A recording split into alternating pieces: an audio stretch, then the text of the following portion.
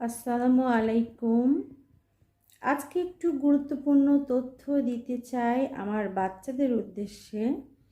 সেটা হলো, আমরা যখন সারগাম প্র্যাকটিস করব, প্রথমে ধরেন সকালবেলা বসে অন্তত 5 থেকে 10 মিনিট শুধু উদারার সাথে গলাটা লাগাবো।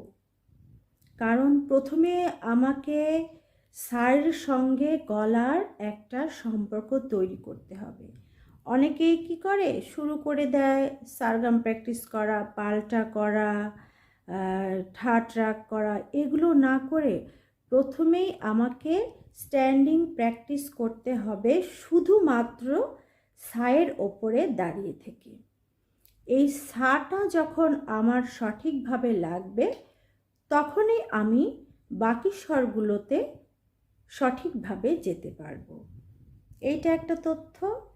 আর একটা তথ্য হলো যে আমরা প্রথমে বসে থেকে হামিং করব।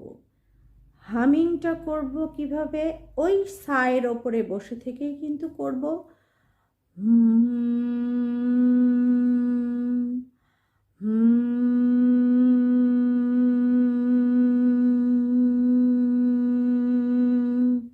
এই হামিংটা করব এবং ওমকার করব। ওমকার করার জন্য আমাকে সেই প্রথমে সাতে বসে থেকেই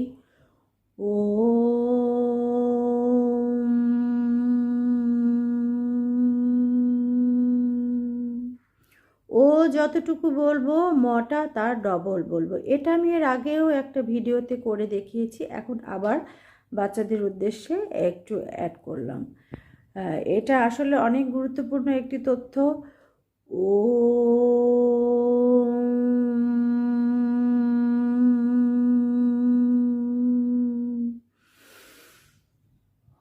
নিঃশ্বাসটা নিয়ে নেব।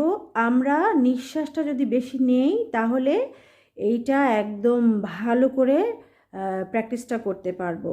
দমটা নিয়ে বুক ভর্তি শ্বাস নেব।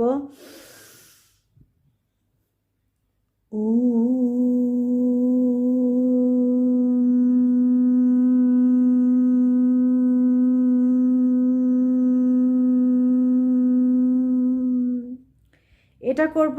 তাহলে প্রথমে সাতে গলাটা লাগাবো অন্তত 5 থেকে 10 মিনিট। তারপরে হামিং করব 5 মিনিট এবং ওমকার করব 5 মিনিট। তারপরে ভাওয়াল ধরে প্র্যাকটিস করব আমরা। এই ভাওয়াল কয়টা আছে? আমাদের 5টা ভাওয়াল আছে, এ, ই, আই, ও, ইউ।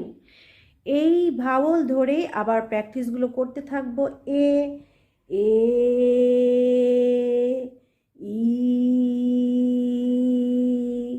আ, ও, উ। এভাবে তাহলে 5টা আছে। আবার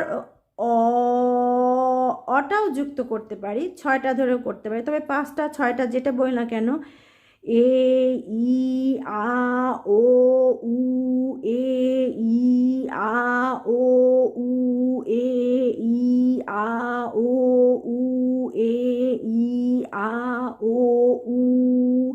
এটা করব, এটা ধীর গতিতে করব এবং ডাবল গতিতেও করব। এ, ই, আ, ও, উ, এ, ই, আ, ও, উ, এ, ই, আ, ও, উ, এ, ই, আ, ও, উ, এ, ই, আ, ও, উ, এ, ই, আ, ও, উ। ওম, হাম, আ, এ, ই, আ, ও, উ। এইভাবে প্র্যাকটিসগুলো করব। আমরা প্রতিনিয়ত যদি এইভাবে প্র্যাকটিসটা করি, তাহলে বিশ্বাস করেন গলার স্বরটা আপনার খুলবেই, সুরে বাঁধবেই। এটা প্রথমে কিন্তু আমাকে আগে সাথে অন্তত 10টা মিনিট গলাটা লাগাতে হবে। আজকে এতটুকুই থাক। এখানে কিন্তু অনেক গুরুত্বপূর্ণ তথ্য রয়েছে, আপনারা একটু বাচ্চাদের উদ্দেশ্যে বললাম, এটা প্র্যাকটিস করাবেন। আশা রাখি ভালো থাকবেন।